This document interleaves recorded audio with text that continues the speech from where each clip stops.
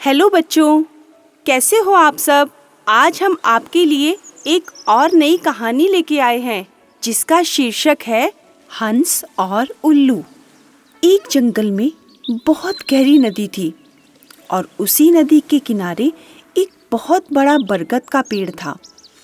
अब बरगद के पेड़ के पास एक हंस रहता था।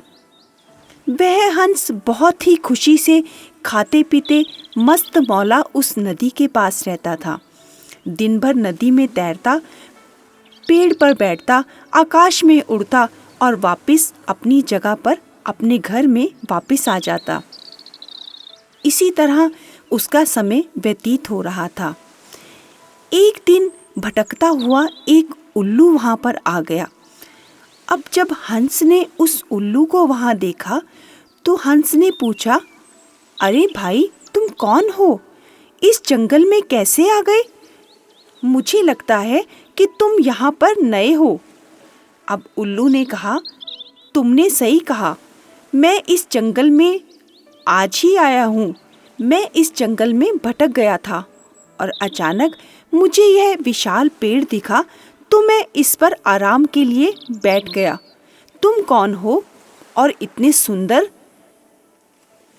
मैंने तुम्हें पहले कभी नहीं देखा। वह उल्लू उस हंस की प्रशंसा करने लगा। अब हंस ने उस उल्लू को बताया कि मैं बहुत समय से इस वृक्ष के नीचे इस नदी के पास रहता हूँ। और तुम? तो उस उल्लू ने कहा, मेरा कोई घर नहीं।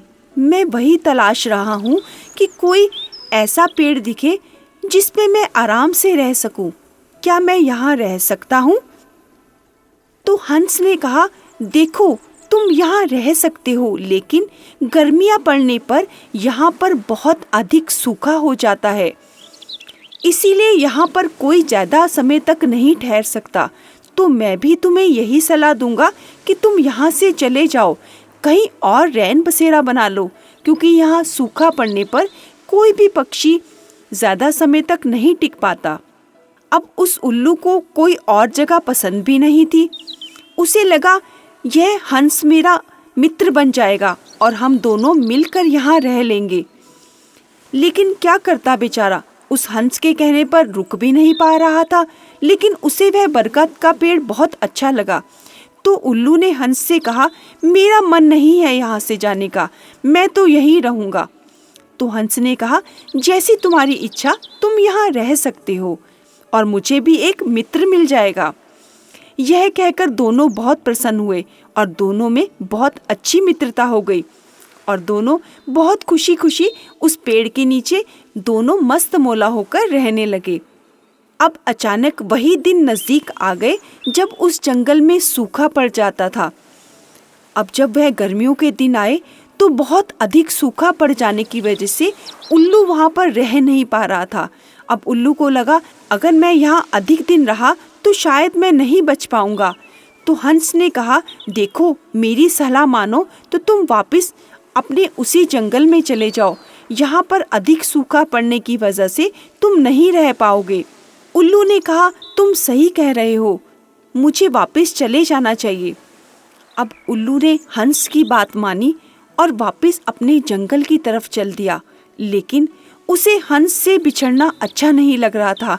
बहुत मन उदास था उस उल्लू का। लेकिन दोनों ने बस यही कहा कि हम दोनों एक दूसरे से मिलने आएंगे। लेकिन हंस भी बहुत उदास हो गया था उल्लू के बिना। अब हंस का बिल्कुल भी उस जंगल में मन नहीं लगता था।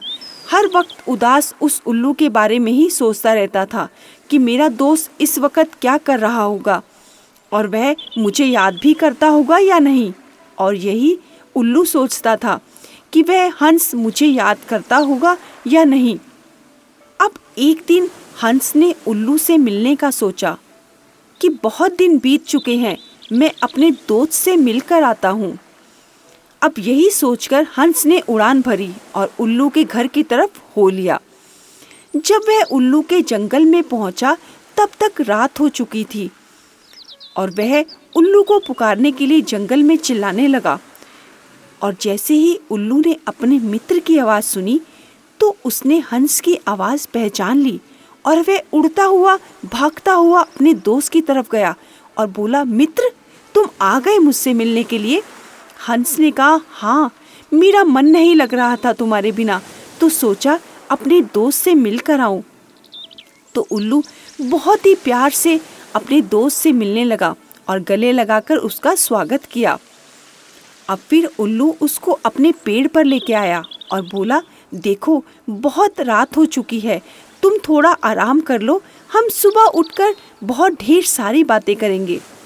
तो हंस ने भी कहा, तुम सही कह रहे हो, रात काफी हो चुकी है, हमें अब आराम करना चाहिए। तभी उस जंगल में अचानक शिकारी आ गए और शिकारी ठीक उसी जगह और उसी पेड़ के नीचे जहाँ पर उल्लू और हंस बैठे थे, उसी पेड़ के नीचे शिकारी आकर ठहर गए और कुछ वार्तालाप करने लगे। जब उल्लू ने देखा कि यह तो जंगल में शिकारी आ चुके हैं और इन पक्षियों को पकड़ कर ले जाएंगे और मेरा मित्र भी अभी यहीं है, कहीं यह ना हो कि वह इन सबके साथ साथ मेरे मित्र को भी जाल में फंसा कर ले जाए, मुझे कुछ करना चाहिए। क्योंकि बच्चों, आप सबको मालूम है कि उल्लू को रात के समय दिखाई देता है और किसी भी पक्षी को रात के समय नहीं दिखाई देता। फिर उल्लू ने मौके का फायदा उठाकर चिल्लाना शुरू कर दिया। उसे लगा शायद मेरी ध्वनि सुनकर सभी पक्षी सावधान हो जाएंगे और अपनी सुरक्षा करेंगे।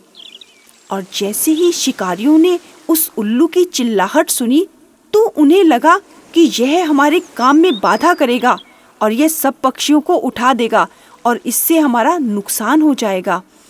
उनमें से ही एक शिकारी ने अपने कमान में से तीर निकाला और उस उल्लू के ऊपर साध दिया।